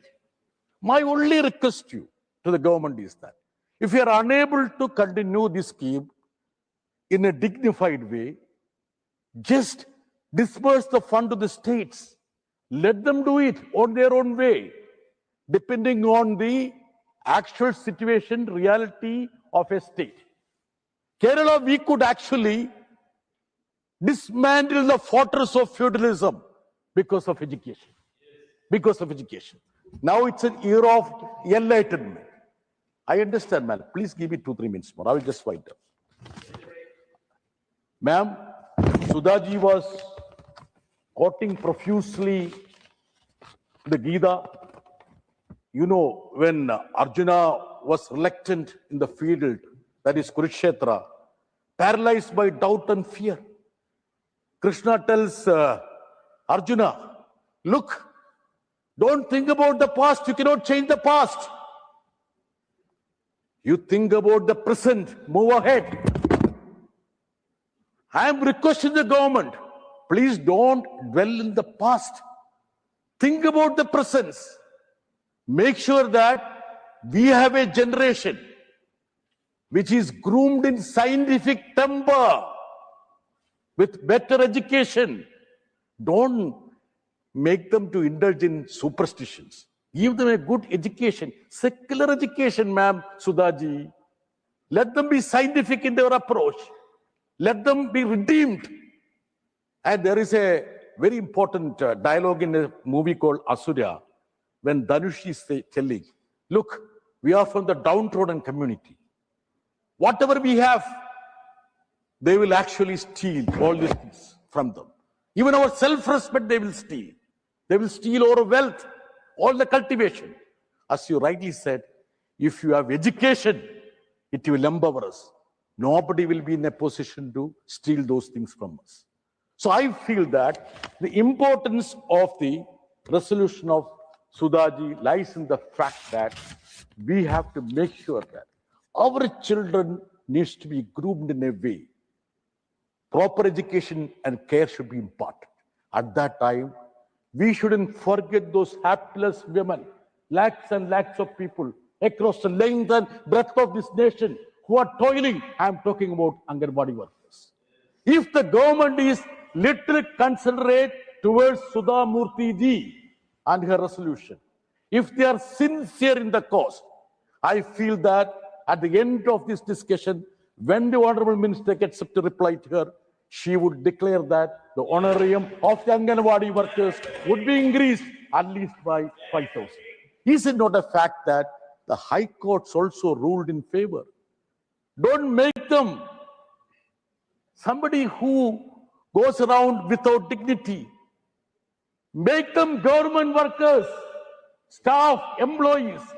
Let them have the dignity. If the teacher doesn't have the dignity, how can the children who are groomed will have the dignity? The self-respect is something which you impart, Sudhaji. That is something which you impart. So my request to Honorable Minister is that the activists who are working in this field have been meeting and interacting with the Honorable Minister, and I'm sure that Honorable Minister, being erudite and ebullient, she is abreast of the nuances of this field. The only thing is that she needs to have a helping hand from the other side. I mean, the powerful, the mighty. The political initiative should be there to help her also. I have one more thing. Ma'am, we talked about the facial recognition-based attendance verification, the portion tracker app. You know the difficulties. You know the difficulties about it. The rule is intrusive, impractical, and punitive, compelling women to depend on unreliable technology. You don't have internet in the rural belt. You want all these hapless women to have toil to make sure that, see, don't make them somebody who steals things. They don't lie. They're poor people. They want to help our children. So please make sure that the grievances which have been aired to you needs to be reciprocated, because they are there to support your cause. Ma'am, you know what's happening in the educational sector. This is something which will be helpful to you also, ma'am, because in your part of the country also, this is happening. The primary education, that is very crucial. That also is part of this. There is a large number of government schools are being closed across the country. Large number.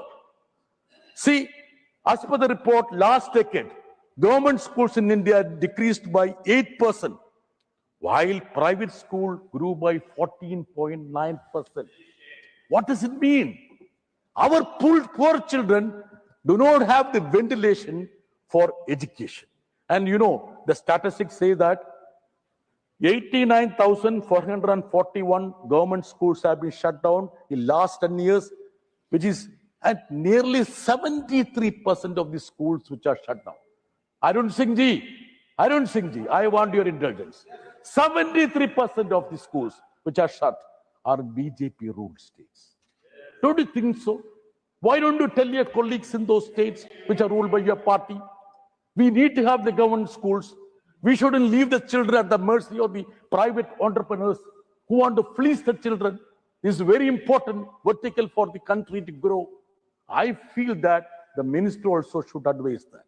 So these are the areas which needs rectification, reformation, and I feel that Sudhaji has brought forward a resolution which is insightful enough to inspire all of us.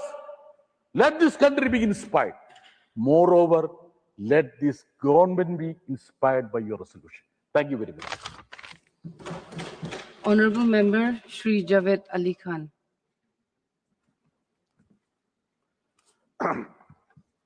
धन्यवाद सभाध्यक्ष जी। मैं माननीय सदस्य सुधा मूर्ति जी के द्वारा जो संकल्प सदन के समक्ष प्रस्तुत किया गया है उसके समर्थन में खड़ा हुआ हूं और मैं समझता हूं कि इस सदन के सभी तरफ से इस संकल्प के समर्थन में आवाज आ रही है। इसलिए माननीय मंत्री जी को इस चर्चा के अंत में बिना किसी परेशानी के इस संकल्प को स्वीकार कर लेना चाहिए और जो मांग इस संकल्प के जरिए की गई हैं उनको मान लेना चाहिए। ज्यादातर बातें सुधा जी ने अपने भाषण के दौरान कह दी और बाकी जो आवश्यक बातें थी हमारे साथियों ने अपने अपने भाषण के दौरान कही हैं। मैं बहुत कम समय में अपनी बात रखूंगा।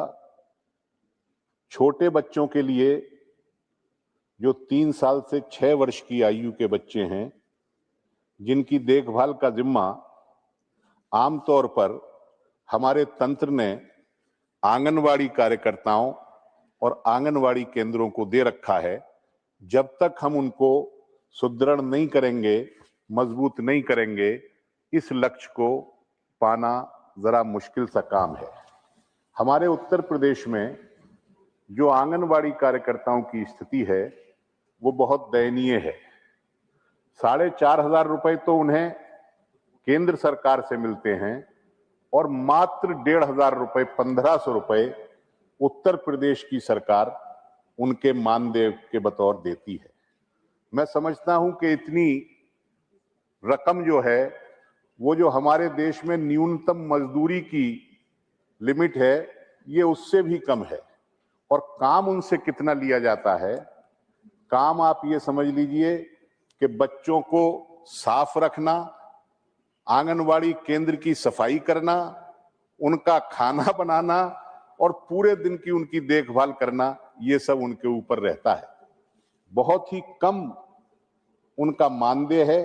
अगर हम उन्हें सम्मानजनक मानदेय नहीं दे सकते हैं तो फिर अपेक्षा के अनुसार उनसे काम की भी उम्मीद हम नहीं कर सकते।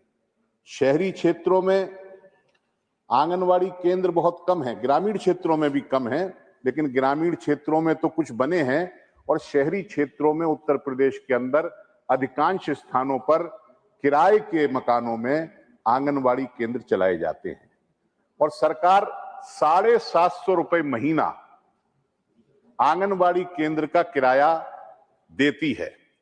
मैं समझता हूं कि किसी भी कस्बे में, क्या गांव में भी 750 रुपए में 1 या 2 कमरे का स्थान नहीं मिल सकता है। आंगनवाड़ी कार्यकर्तियों को कई बार तो अपने पास से या फिर बहुत ऐसी बस्तियों में जिन्हें हम मलिन बस्तियों के नाम से जानते हैं, जहां हाइजीन का कोई कॉन्सेप्ट नहीं होता, वहां संभव भी नहीं है, उन क्षेत्रों में आंगनवाड़ी केंद्र चलाने पड़ते हैं। सुधा जी ने अपने प्रारंभिक उद्बोधन के दौरान एक बात कही कि एजुकेशन में इन्वेस्टमेंट करते हैं तो वो एक अरसे के बाद 13% बढ़ता है और इंफ्रास्ट्रक्चर में करते हैं तो वो 2.5% बढ़ता है। उनकी इस बात को उन लोगों ने भली भांति समझ लिया जो एजुकेशन को कमर्शलाइज करना चाहते हैं। आप सरकार की इन्वेस्टमेंट की बात कर रही थी, देश के इन्वेस्टमेंट की बात कर रही थी, लेकिन लोग व्यापार करने लगे हैं, स्कूलों का, शिक्षा का कमर्शलाइज कर रहे हैं एजुकेशन को, और छोटे बच्चों के देखभाल के लिए भी गलियों में, शहरों कस्बों में खास तौर से प्ले स्कूल के नाम से स्कूल खोले जा रहे हैं, जिसमें ये छोटी आयु के बच्चों को सिर्फ मुनाफा कमाने के लिए वो लोग कर रहे हैं।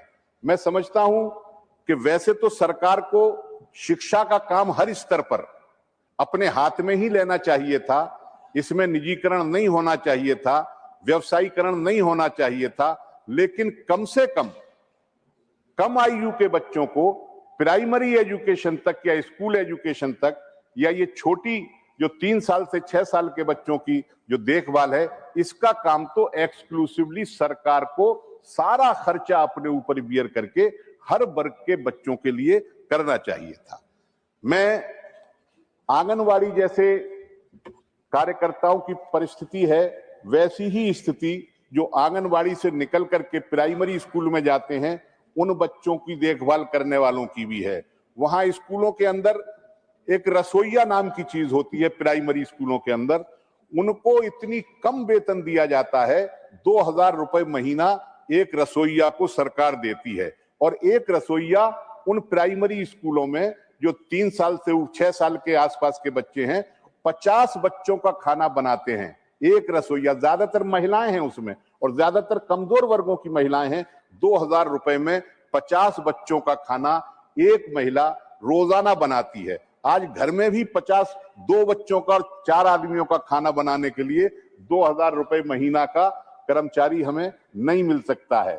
तो मैं ये कहना चाहता हूं कि अगर हम इस तंत्र को, इस इंफ्रास्ट्रक्चर को, जो छोटे बच्चों को शिक्षा और उनकी देखभाल करने के लिए, उनके बचपन को और उनकी शिक्षा की देखभाल करने के लिए, यानी ECCE के लिए जरूरी है, इसको हमें मजबूत करना पड़ेगा।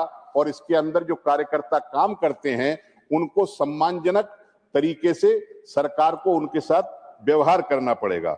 इसलिए मैं उम्मीद कर सकता हूं कि आज चूंकि बहुत दिनों के बाद ऐसा कोई मैं प्रस्ताव या संकल्प देख रहा हूं सदन के अंदर जिस पर सबकी राय एक है, सरकार को इस संकल्प को स्वीकार कर लेना चाहिए। बहुत बहुत धन्यवाद आपका। Honorable Member Dr. Fawzia Khan. Thank you, ma'am. Sir, ma'am, I must first of all fully associate with Srimati Sudha Murthy ji. I stand with the resolution which she has brought and I want to speak on it. Ma'am, I must also thank you for having brought in such an important subject here. This resolution, ma'am, opens a vital conversation on the foundations of India's human capital. Vikasit Bharat cannot be Vikasit at all without quality education. And this phase of education, early childhood education, is the foundation, is the most important phase of education, I feel. And here we need maximum emphasis. It beautifully aligns our care for every child with the promise of the Constitution and our deepest moral duty to nurture their innocent dreams. Ma'am, it comes at a crucial time when early childhood care and education faces neglect, ultimately impacting the future of our education. If the foundation of education is strong, the building that is built upon this foundation will be strong. But this is where the future of our children is not taken proper care of. India, ma'am, is a signatory to the UN Convention on the Rights of the Education in 1989 and Education for All in 1990, both prioritizing ECCE as learning begins at birth. Not only at birth, at conception, it is said. The Indian early childhood education impact study proves that quality ECCE yields higher learning levels, positioning it at the most potent lever against our learning crisis. We are in a learning crisis, ma'am, today. Neuroscience underscores this urgency, as ma'am has also pointed out in her resolution, that 85% of the brain development occurs at the age of 3. Now, where 85% of intellectual development takes place, I think our maximum focus, our maximum attention has to be at that age, because this is the most formative age of a human being's life. And just imagine the importance. I'm happy that the NEP speaks about it for the first time. There is emphasis on early childhood education in the NEP. Ma'am, Yet the public spending compounds the crisis, mere 0.1% of the GDP on early childhood care and education. So this has caused a stark paradox. While you say in your NEP that this is the most important learning phase, you also spend 0.01% on it.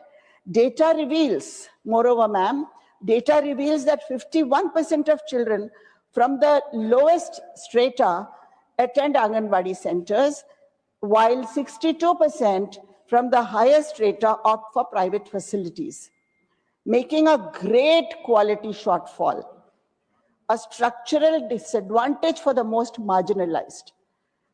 Our Anganwadi system can focus more on health and care, nutrition, but not on the educational and development aspect. They are not prepared for it. Most private ECC institutions that charge huge amounts of money have a better developed curriculum, better qualifications for caregivers with necessary expertise in handling or imparting learning through a scientific, age-appropriate, informal approach. They give better trainings to caregivers, the better infrastructure facilities. How can that match the level that is there in our Anganwadis? And even in urban slums for that matter, ma'am. In several private ECC centers, there is focus on formal education. I mean on rote learning. This is another paradox, the other end of it. So there is no uniformity anywhere. Our childhood education demands much, much, much more focus and attention of the government at this phase of learning. What we need, ma'am, is uniformity in curriculum, standards, qualifications, trainings. There is no uniformity anywhere. In this phase of education, people are doing what they want. I think Swati Maliwal spoke about the Japanese and the Finland model. Finland is supposed to be the world's best education system. In Finland, ma'am, do you know what are the qualifications of teachers for early childhood education? A postgraduate degree in early childhood education is fundamental, is required, mandatory there. And we are happy with class 12. This is a big disparity. Ma'am, the teacher-pupil ratio, since this is a specialized field, it needs research, it needs a lot of scientific analysis of a child's psychology, of the way the child is handled, of how through playway the child is taught, how learning takes place. Ma'am, all this is not there if you just limit it to the Anganwadi centers. So the first thing is there, ma'am. Anganwadis are very good for care and nutrition, for health, for immunization. They also have to cook food. They have to do so many other jobs. Along with it, they are teaching. How can that be so casual? We need to have, and besides this, ma'am, the NEP, you have made class 1 and class 2 as part of pre-primary. Class 1 and 2 are under the ambit of school education department, and Anganwadis are under the ambit, ma'am, of the women and child development.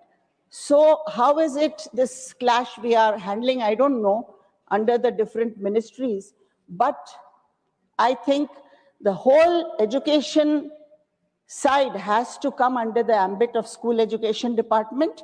And if we are giving Anganwadis the responsibility to teach also, I think there should be additional employment there, additional employment of teachers. Here is where we have to invest. Don't shy away from this investment. This is a very important investment for our country. Only then we can become Vikasit Bharat. We need to have a pre-primary education board so that we have all uniformity on all aspects. Ma'am, we need to have a ECCE special cadre. I'm through you, I wish to tell the minister sitting here. We need to have a special cadre of caregivers who teach, who have ma'am, at least the qualification which is B.Ed plus early childhood education or something like that, but something which has a research base on childhood, on the growth of children. You have to also enforce regulation on private institutions that run early childhood education centers, because this is a very, very sporadically run field. We need to have control over it because it's the future of our children, ma'am. 3 valuable years, age 3 to 6, formative years, we cannot take so casually. We need to take very, very crucial decisions here. Ma'am Sudha Murthy, I am very happy with your resolution, but I wish to give some suggestions here in the sense that, okay, you bring it under RTE, as she said, you should be bringing it under RTE, but also you need new employment for this teaching side of the children in Anganwadis. It cannot be the same force because it's a different skill. It's a different kind of an expertise that is needed, and we are not catering to that. Only a 6-month training will not be adequate for that. What we are doing is we are just saying 6-month training and she's ready to teach. So I urge the government to adopt this resolution, but we have to make early childhood care and education a fundamental right, and the government must invest heavily. This much amount is not enough, very, very heavily in this sector, so that we see the revolution that they are talking about, Vikasit Bharat. If really this has to happen, we need to act here. And this is my appeal to the House.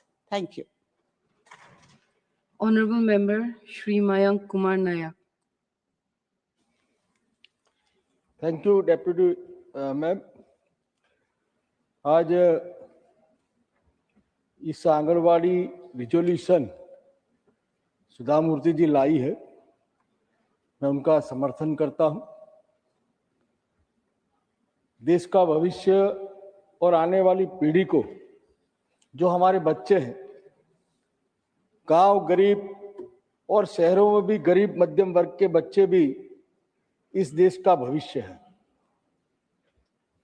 माननीय प्रधानमंत्री नरेंद्र मोदी जी विकसित भारत का लक्ष्य लेके पूरा देश आगे बढ़ रहा है, तब ये आंगनवाड़ी के जो 14 लाख आंगनवाड़ी है, उसको सभी बच्चे हैं उसको सही शिक्षा मिले, उसको उसकी हेल्थ की चिंता हो, उसको स्वास्थ्य की चिंता के साथ अपने परिवार के जो लोग, खास करके जो लोग मेहनत मजदूरी करने जाते हैं, उनके परिवार के लोग ज्यादा से ज्यादा आंगनवाड़ी के बच्चों में आंगनवाड़ी में आते हैं। बच्चों के माँ बाप रोजी रोटी कमाने जाते हैं, तब उसके बच्चों को मानसिक और शारीरिक रूप से तैयार करने की जिम्मेवारी राज्य और केंद्र सरकार लेता है। तब ये आंगनवाड़ी की बहनें न केवल बच्चों के परिवार से जुड़ती है, बल्कि माँ जब उसका बच्चा आंगनवाड़ी में छोड़ के जाता है, आशा वर्कर बहन के पास छोड़ के जाता है, तब वो 3-4 घंटे के लिए वो हर बच्चे की माँ बनके उसकी चिंता करती है और उसके खाने का ध्यान रखती है, उसके खेलने के लिए खिलौने भी देती है, और बच्चा कैसे प्री एजुकेशन के लिए तैयार हो, उसके लिए भी तैयार ख्याल रखती है। मेरा ये मानना है कि मजबूत भारत और शिक्षित भारत और तंदुरुस्त भारत बनाने के लिए आंगनवाड़ी का आधुनिकीकरण भी होना चाहिए, उसका खुद का मकान भी होना चाहिए, और इन मकानों के माध्यम से जो बच्चे आने वाली नींव है, देश का भविष्य है, हम अच्छी बिल्डिंग बनाते हैं तो नींव पक्की रखते हैं। जब हम पेड़ पौधों को उगाते हैं तो उसके मूल में पानी जाए, उसको खाद्य मिले, उसकी चिंता करते हैं। वैसे बच्चे हमारे भविष्य का, हमारे देश का भविष्य है, जो आने वाले देश में, अपने देश में प्रगति को पथ पर ले जाने की जिन पे जिम्मेवारी है, उसको मजबूत करने की जिम्मेवारी हमारी सबकी है। पिछले 12 वर्षों से माननीय प्रधानमंत्री जी आंगनवाड़ी हो या प्राइमरी स्कूल हो, उनके पढ़ाई की तो चिंता करते हैं, मगर उनकी हेल्थ की भी चिंता करते हैं। और सभी बच्चों की हेल्थ की चेकअप होती है, और जो बच्चों में हेल्थ की खामी पाई जाती है, उसी बच्चों का इलाज सरकारी खर्चे से कैसे हो, वैसे माननीय प्रधानमंत्री का कार्यक्रम चलता है। ये आंगनवाड़ी में बच्चा जो सही शिक्षा और आरोग्य में मिले, उसे चिंता करने से माननीय प्रधानमंत्री जी अच्छा परिवार हो और परिवार में मां भी स्वस्थ रहे। इसलिए प्रधानमंत्री ने जब देश के लाल किले से कहा था कि मैं जिस घर में शौचालय नहीं है वहां शौचालय बनाऊंगा, जिसके लिए जो माँ को, जो अपनी बहनों को तकलीफ होती थी, जिसके कारण माँ का स्वास्थ्य अगर बिगड़ता है तो बच्चे का भी स्वास्थ्य बिगड़ता है, उसी को लेते हुए माननीय प्रधानमंत्री ने पूरे देश में शौचालय हर घर में बने, उसके लिए भी एक मुहिम चलाई थी। वैसे ही उज्ज्वला योजना के माध्यम से माँ बहनें जब अपना रसोई बनाती है तो कहीं सिगरेट का धुआं माँ के शरीर में जाता है, तो जब तक माँ स्वस्थ नहीं रहेगी बच्चा भी स्वस्थ नहीं रहेगा। वैसे माननीय प्रधानमंत्री जी ने सोच रखी थी, और उसी सोच के कारण करोड़ों घर में शौचालय बने, करोड़ों घरों को उज्ज्वला योजना के माध्यम से गैस का सिलेंडर मिला, और वो परिवार हेल्थ के लिए सुरक्षित हो, उसी केंद्र सरकार ने एक चिंता की है और उसके क्षेत्र में काम किया है। स्वास्थ्य और परिवहन के लिए गुजरात सरकार आंगनवाड़ी के माध्यम से गरीब परिवारों की गर्भवती माताएं हो, धात्री बहनें हो एवं किशोरियों के लिए बहुत चिंतित है, और आने वाली पीढ़ियों को कुपोषित ना हो, इसीलिए पोषण खुराक एवं दवाएं वो भी आंगनवाड़ी के माध्यम से सरकारें उपलब्ध कराती है। हमारे गुजरात में आंगनवाड़ी की बच्चे और प्राइमरी स्कूलों के बच्चों को 300 मिलीग्राम दूध संजीवनी योजना के माध्यम से भी सरकार देती है। माननीय प्रधानमंत्री जी श्री नरेंद्र मोदी जी पूरे देश में सभी आंगनवाड़ियों के मकान और उनके बच्चों को दे जाने वाली व्यवस्था, जैसे खिलौना हो, खाना हो, फ्रूट्स हो और आरोग्य कवच प्रदान करने का जो काम कर रहे हैं, उसको सुदृढ़ करने के लिए मैं आज ये बात माननीय सरकार के सामने रख रहा हूं। माननीय सभापति जी, बच्चों का जीवन जन्म से लेकर 6 वर्ष तक सबसे महत्वपूर्ण होता है, और इसी उम्र में बच्चे का दिमाग, उसकी भाषा, उसका व्यवहार सीखने की क्षमता और उसका स्वास्थ्य सबकी नींव पड़ती है। अगर इस समय में सही पोषण, सही देखभाल और सही सीख मिले तो बच्चा आगे चलकर एक स्वस्थ, आत्मविश्वासी और सक्षम नागरिक बन सकता है। आंगनवाड़ी देश की सबसे बड़ी ताकत है।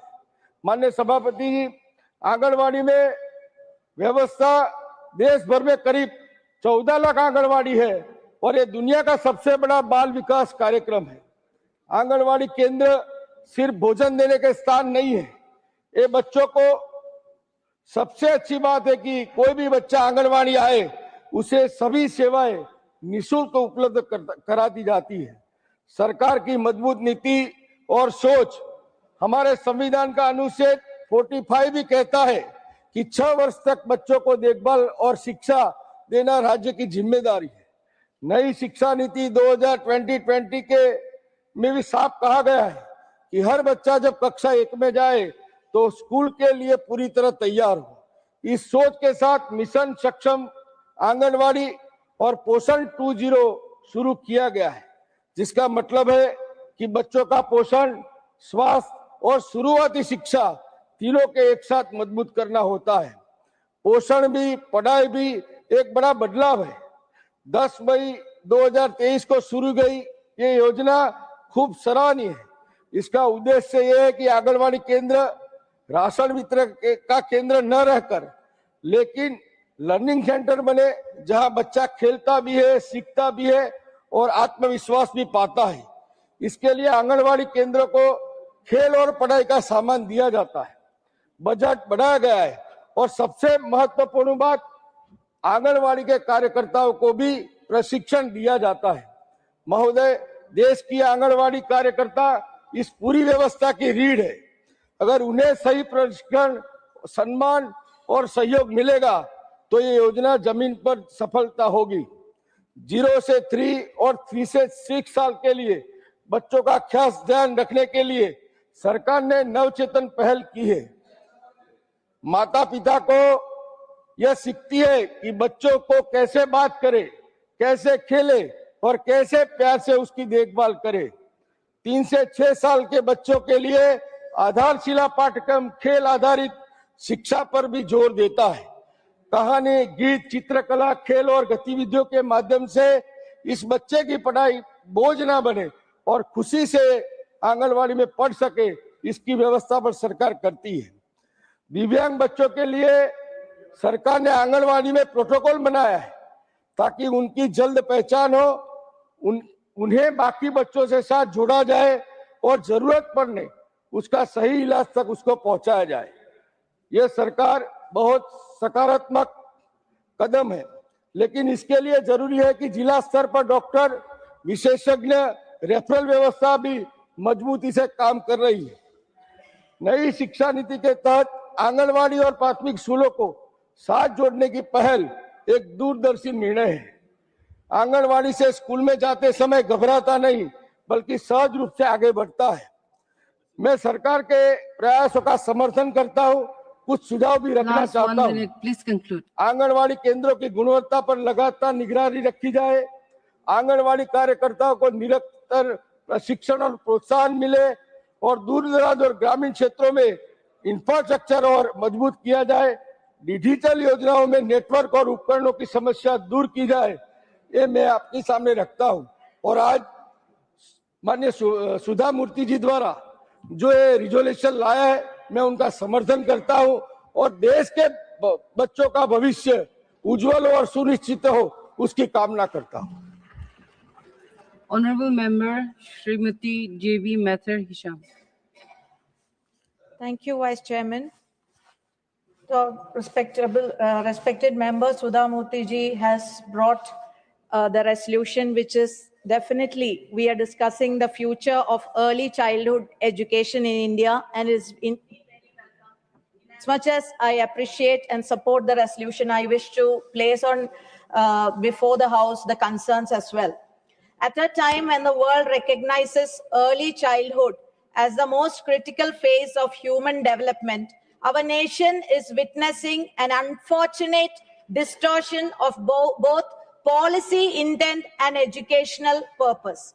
The National Education Policy 2020 places early childhood care and education at the heart of India's educational vision, at least that is being told.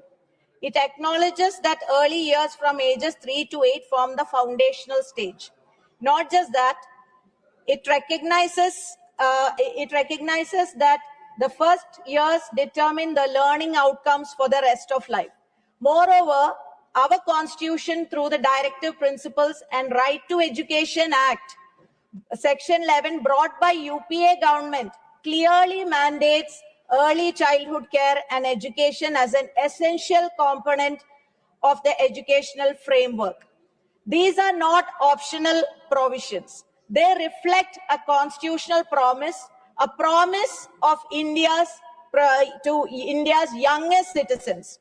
But, Madam, what happens when sound